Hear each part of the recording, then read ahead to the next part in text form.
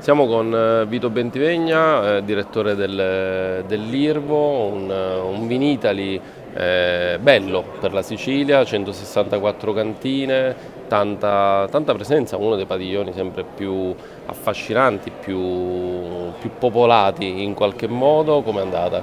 Sì, grazie per la domanda, ma penso che sia andata abbastanza bene.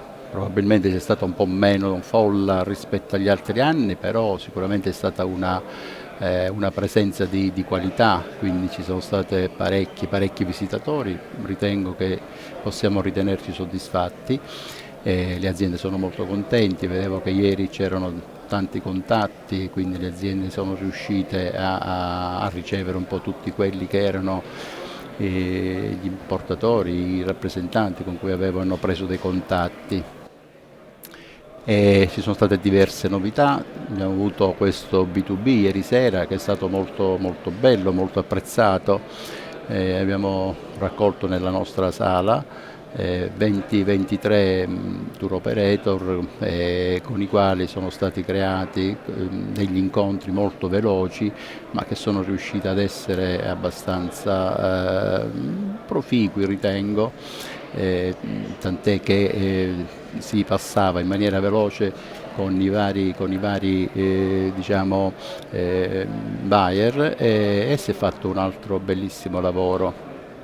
È la prima volta che in 58 edizioni del Vinitaly la Sicilia ha un padiglione tutto sul. Un Quest'anno padiglione che ovviamente raccoglie più cantine, ma anche spazi, insomma, pensati per il turismo e anche una parte gastronomica che fortunatamente, come dire, ci portiamo dietro. sì, che per noi la gastronomia è uno dei fiori all'occhiello della nostra regione, no?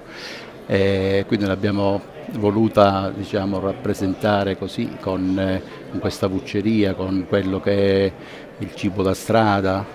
C'è stata affollatissima. Quest'anno abbiamo tutto il padiglione a nostra disposizione, l'impegno è stato notevole, però i risultati altrettanto. Ricordavi anche questo spazio dedicato ai beni culturali, che sono un'altra attrazione, un'altra bellezza, un'altra peculiarità della nostra Sicilia.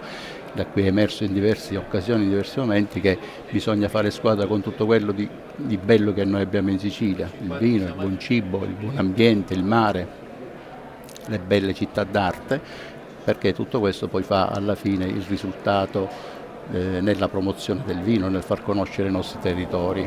Una scelta importante, la Sicilia meritava un po' questo spazio con le sue mille diversità, da Pantelleria all'Etna, tanti anche i consorzi, le attività che sono state fatte, ma un po' diciamo, l'Istituto regionale del vino e dell'olio, cosa sta facendo un po' in questi mesi, quali sono le attività, insomma, Altra cosa importante che abbiamo fatto, e l'abbiamo anche presentata in questi giorni, è stata l'incrementare il sistema, la piattaforma che abbiamo nella gestione del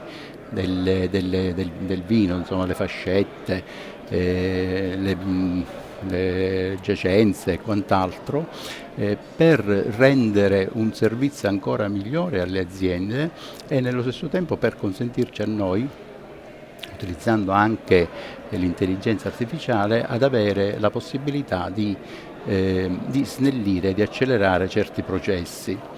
Quindi sono tutte attività che mirano ad accelerare, a migliorare, a efficientare meglio il nostro lavoro. Non mancano sicuramente i progetti a cui stiamo partecipando, già in questo frangente di anno ne abbiamo già presentati 3, un altro lo stiamo per presentare quanto prima, perché la ricerca per noi è un altro elemento importante, quindi lo tanti vorremmo progetti sul continuare. catarratto, sugli spumanti, Perfetto, sul insomma. perricone, sull'olio, stiamo facendo anche dei progetti sull'olio in partenariato con altre enti di ricerca, oltre l'università, oltre il CREA, l'Università sia di Catania che di Palermo, e stiamo svolgendo anche queste ricerche.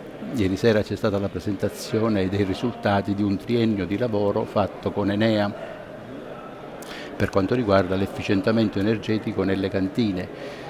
E questo è un ottimo risultato. Si è visto che le aziende, le cantine siciliane in particolare sono abbastanza, lo sono un po' tutte energivore, ma quella siciliana ancora di più, perché i climi sono più alti da noi, magari le aziende non sono organizzate bene, coibentate bene, magari nel passato non si è mirato tanto a questa tipologia a questo aspetto, ecco.